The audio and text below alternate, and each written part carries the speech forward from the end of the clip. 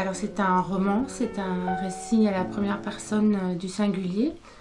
Et c'est le narrateur est un homme, c'est Antoine qui nous raconte comment il a aimé une femme, Christine, comment il l'a rencontrée, comment il l'a séduite, comment il a été aussi abandonné.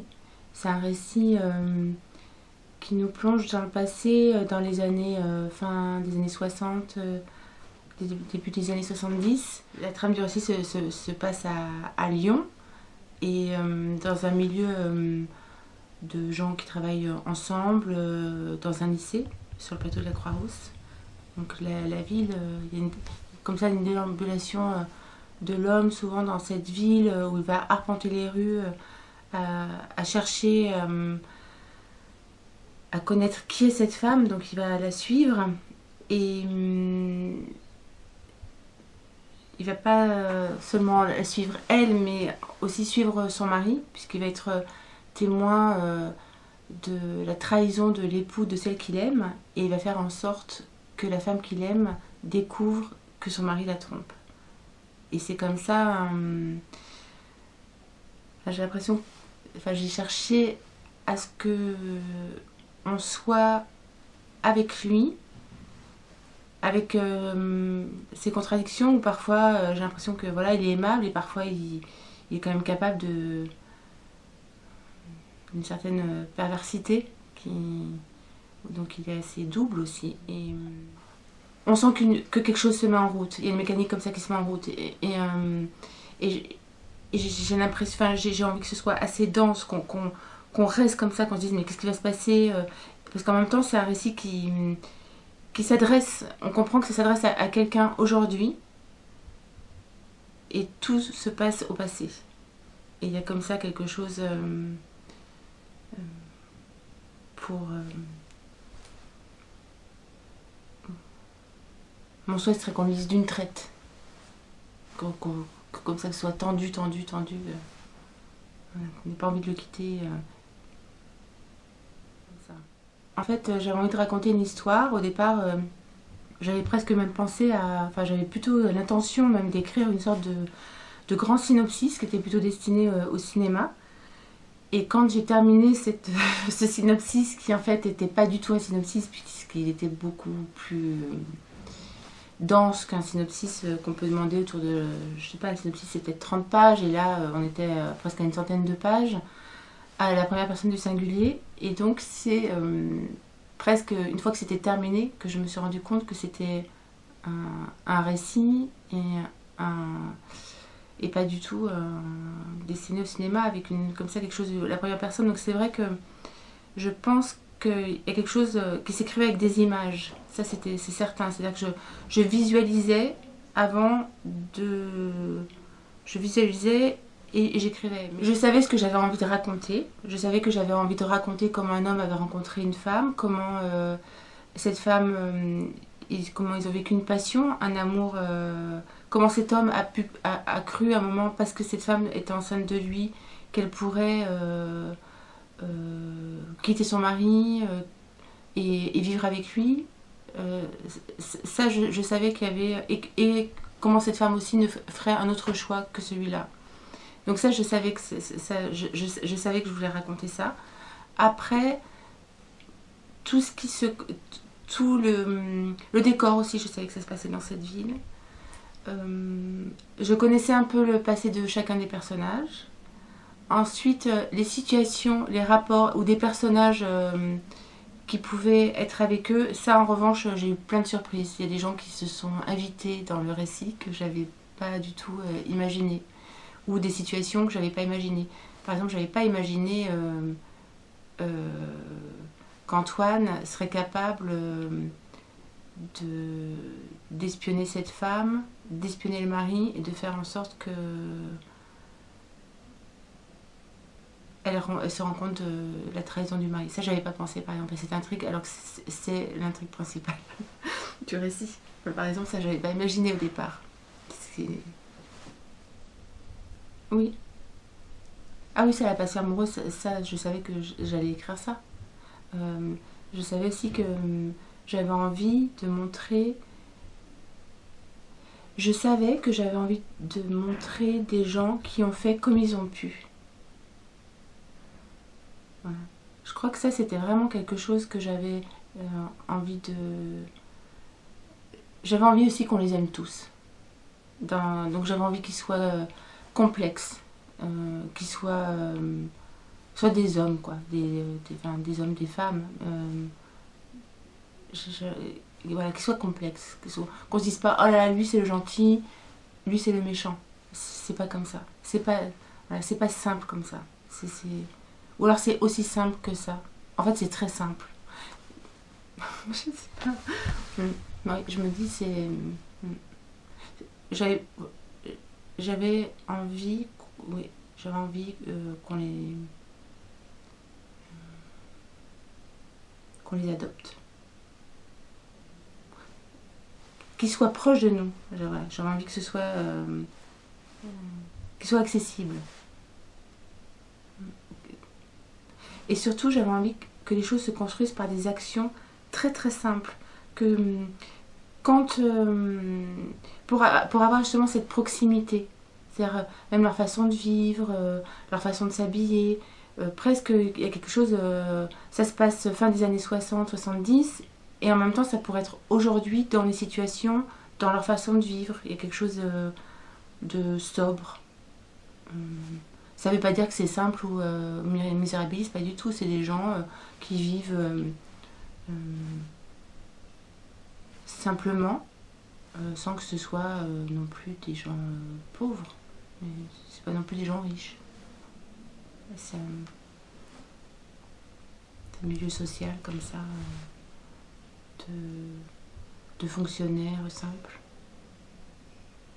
Alors, ça, par exemple, sur l'écriture, c'est peut-être maintenant et encore, j'ai l'impression que je suis pas forcément bien placée pour analyser comment les choses se sont écrites.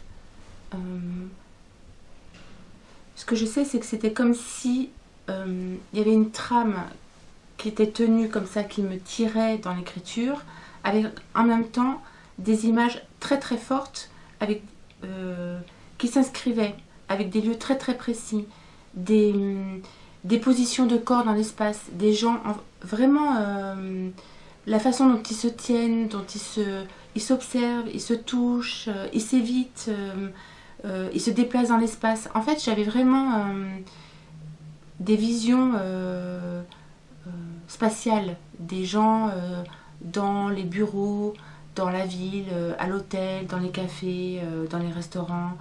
Et aussi, il y avait cet espace comme ça à l'extérieur et l'espace aussi mental du narrateur, où on est avec lui, où il y a des moments, il est parfois très très seul, et ces interrogations comme ça solitaires qu'il peut avoir chez lui sur le monde, sur son attente, sur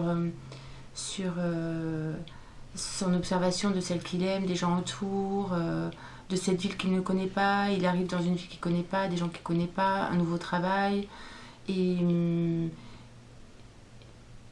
et comme ça, tout ce qu'il peut ressentir, mais totalement physique. C'est quelqu'un qui est sensible à la température, au temps qu'il fait, à la chaleur, il est à la ville, au bruit. Il a comme ça tous ses sens éveillés. C'est quelqu'un qui vient de la campagne. Parfois, il est un peu même comme un chien de chasse, quoi. Il pourrait... il est dans les odeurs de la ville, de l'autre.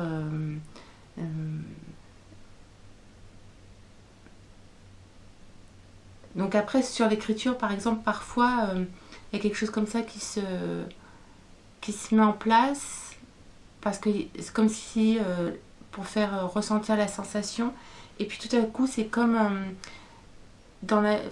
c'est comme un sentiment, une sensation prend le dessus. Alors c'est comme si, hop, j'avais besoin par une phrase très courte de la faire émerger, comme pour la pointer, comme si je zoomais sur une sensation. Voilà, pour avoir une image comme ça cinématographique, c'est aussi même dans le récit, où parfois, au départ, par exemple, il y avait beaucoup de flashbacks, ou même de flash forward, c'est-à-dire on était dans le passé, puis on passait dans le futur, comme ça, il y avait des allers-retours. Alors après, j'ai un peu plus simplifié pour que le lecteur soit plus simple, pour qu'on soit plus avec Antoine, qu'on le suive plus, pour éviter de perdre à part des allers-retours. Mais en même temps, par exemple, sur les phrases courtes comme ça, je pense que c'est comme si, oui, j'ai envie qu'on zoome, que la sensation ou la vision, on soit dedans, quoi, comme ça. Le jeu, je ne l'ai pas décidé, je n'ai pas décidé, je n'ai pas décidé que ce jeu, que ce récit, c'est une fois que c'était fait, quoi. Pour avoir écrit, par exemple, avoir écrit les films, à chaque fois, pour moi, c'est plus simple je pense qu'il y a quand même quelque chose de l'ordre d'avancée masquée. Et que là, c'est sûr que, comme c'est un homme qui parle, je suis une femme, il y a des choses comme ça. Peut-être je me planque un peu derrière cette figure masculine. Et aussi parce que